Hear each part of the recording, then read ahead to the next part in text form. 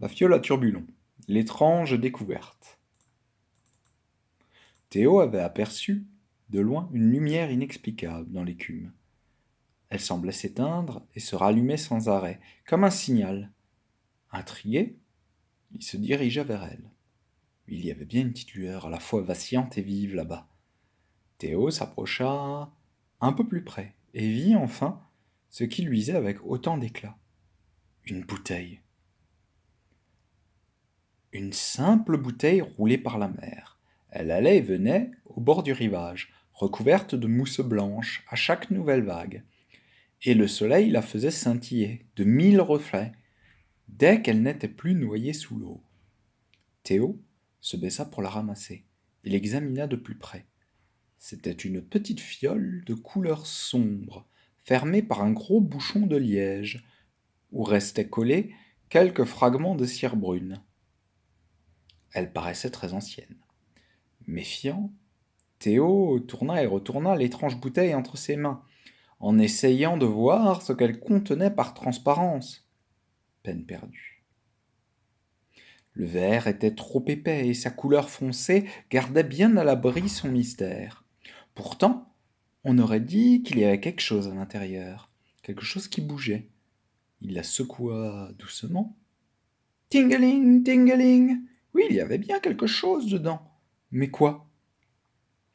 Le garçon chercha du regard un caillou pour la casser.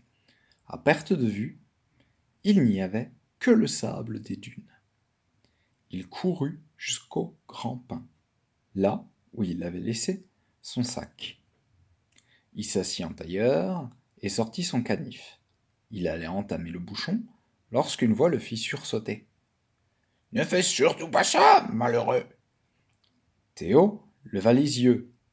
Appuyé sur sa canne, le béret vissé sur le crâne et la pipe au bec, Pépé Alphonse le regardait. 2. Les démons de la mer. Théo sourit. Comme tous les gens d'ici, il connaissait bien Pépé Alphonse. C'était un très vieil homme solitaire qui vivait à l'écart du village, dans une petite maison de pêcheur. On le voyait marcher des heures durant, le long de la plage, été comme hiver. Il saluait les adultes d'un simple hochement de tête, à la fois poli et distant.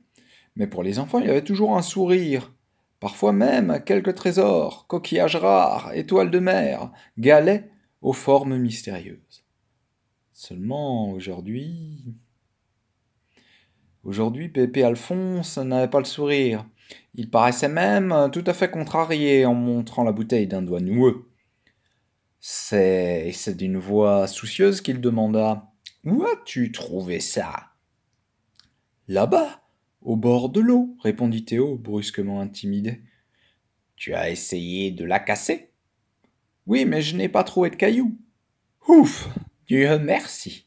Soupira le vieil homme en s'asseyant près de Théo avec difficulté, craquant et grinçant de toutes ses jointures. Pourquoi il ne faut pas l'ouvrir? S'étonna Théo. Qu'est-ce que c'est? C'est une fiole à turbulon, chuchota le vieux d'un ton brusquement inquiétant. Les turbulons sont des êtres maléfiques, des démons de la mer. Des démons? Répéta Théo incrédule. Bon, d'accord, Pépé Alphonse lui faisait une blague. Des démons. Pff, qui croirait à une histoire pareille? Théo allait éclater de rire quand il vit l'expression bizarre du vieil homme. Celui-ci ne le regardait pas. Il fixait la bouteille d'un air profondément troublé. Il semblait ailleurs, et l'on aurait dit qu'il se parlait à lui-même lorsqu'il reprit d'une voix curieusement voilée. Oui, hélas, des démons, et les pires qui soient, ils se cachent dans ces bouteilles et dérivent au gré des flots jusqu'à ce que quelqu'un les trouve. Heureusement, ils sont très rares. De toute ma vie, je n'en ai vu qu'un seul, et c'était il y a plus de 70 ans. Pépé Alphonse se tut. Théo fronça les sourcils. Quoi, c'était tout? Le vieil homme n'allait pas en dire davantage. Théo toussota discrètement, puis un peu plus fort. Finalement, c'est d'une voix presque agacée qu'il demanda. Et alors? Pépé Alphonse eut un frisson comme s'il s'éveillait d'un rêve. Il dévisagea Théo un court instant, puis avec un curieux petit rire grave, il dit « Tu voudrais bien entendre la suite, hein? Tu voudrais la connaître, mon histoire, n'est-ce pas ?»« Ben oui. »« Tu es certain? Tu es vraiment certain ?» Le garçon hocha la tête, vaguement impressionné. Pépé Alphonse semblait hésiter. Enfin, il se lança. 3. Le naufrage. Eh bien, voilà. À cette époque-là, j'étais tout jeune. À vrai dire, j'avais ton âge à peine.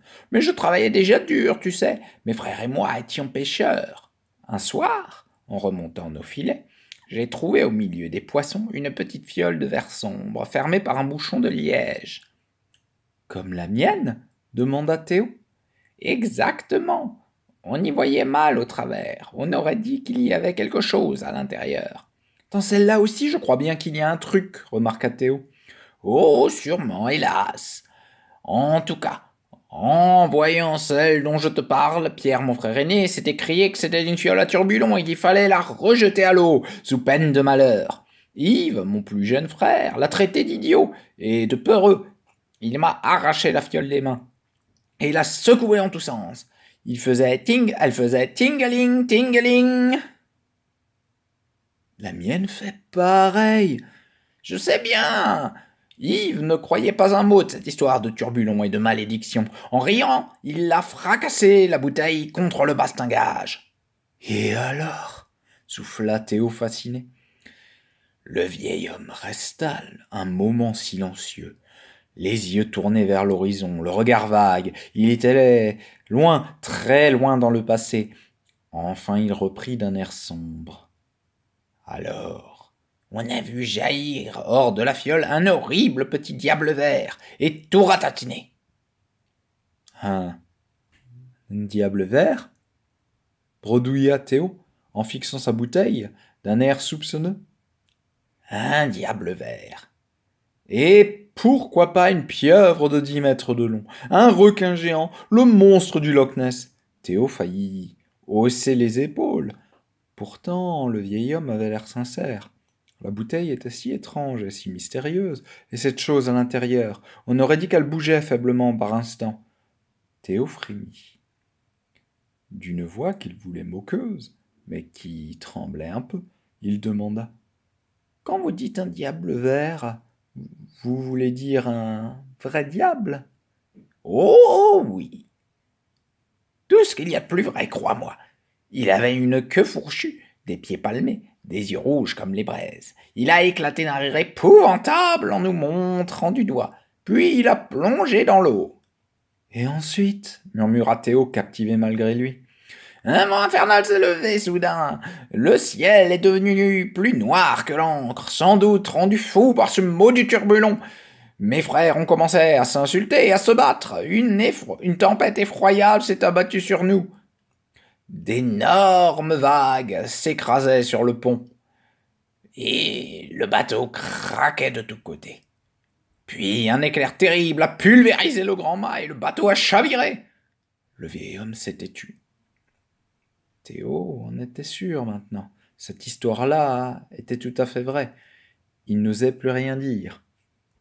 Plongés dans leurs pensées, bercés par le refrain têtu des vagues, Théo et le vieil homme demeurèrent un long moment sans prononcer un mot. Théo, n'y tenant plus, chuchota timidement. « Et après ? Qu'est-ce qui s'est passé après ?» Pépé Alphonse soupira. « J'ai dérivé pendant des semaines, agrippé à ce qui restait de l'épave. Lorsque le courant m'a enfin ramené chez moi, tout le monde me croyait mort. Jamais plus je n'ai revu mes frères. » 4. Un grand trou dans le sable. Théo, désemparé, regardait la fiole en se demandant ce qu'il allait bien pouvoir en faire. « Si je la remettais à l'eau, suggéra-t-il. Enterrons-la plutôt, bien profond, pour que personne ne puisse la trouver. Personne, tu comprends ?» Dans le silence des dunes, que troublait seulement le soupir de la mer, le vieil homme et l'enfant firent un grand trou dans le sable. Ils y jetèrent la fiole et couvrirent le tout d'un épais matelas d'aiguilles de pin. Le soir même, Théo raconta toute l'histoire à son père. Pépé Alphonse, pauvre vieux, depuis qu'il a perdu ses frères dans un naufrage, quand il était gamin, il paraît qu'il est un peu dérangé. Ben alors, ça n'existe pas, les turbulons? Demanda Théo à la fois soulagé et déçu. Bien sûr que non, ce sont des bêtises. Pourtant, il y avait quelque chose dans la fiole, je te jure, insista Théo d'une voix mal assurée. Son père haussa les épaules. Dans un demi-sourire, il dit Bon, si tu y tiens, nous irons la déterrer demain, ta fameuse fiole. Et après tout, moi aussi, j'aimerais bien savoir la tête qu'il a, ce turbulon vert. Le lendemain, lorsqu'ils arrivèrent à l'endroit où avait été enterrée la fiole, le trou avait été débouché. La bouteille était posée non loin de là, vide. Son bouchon avait disparu.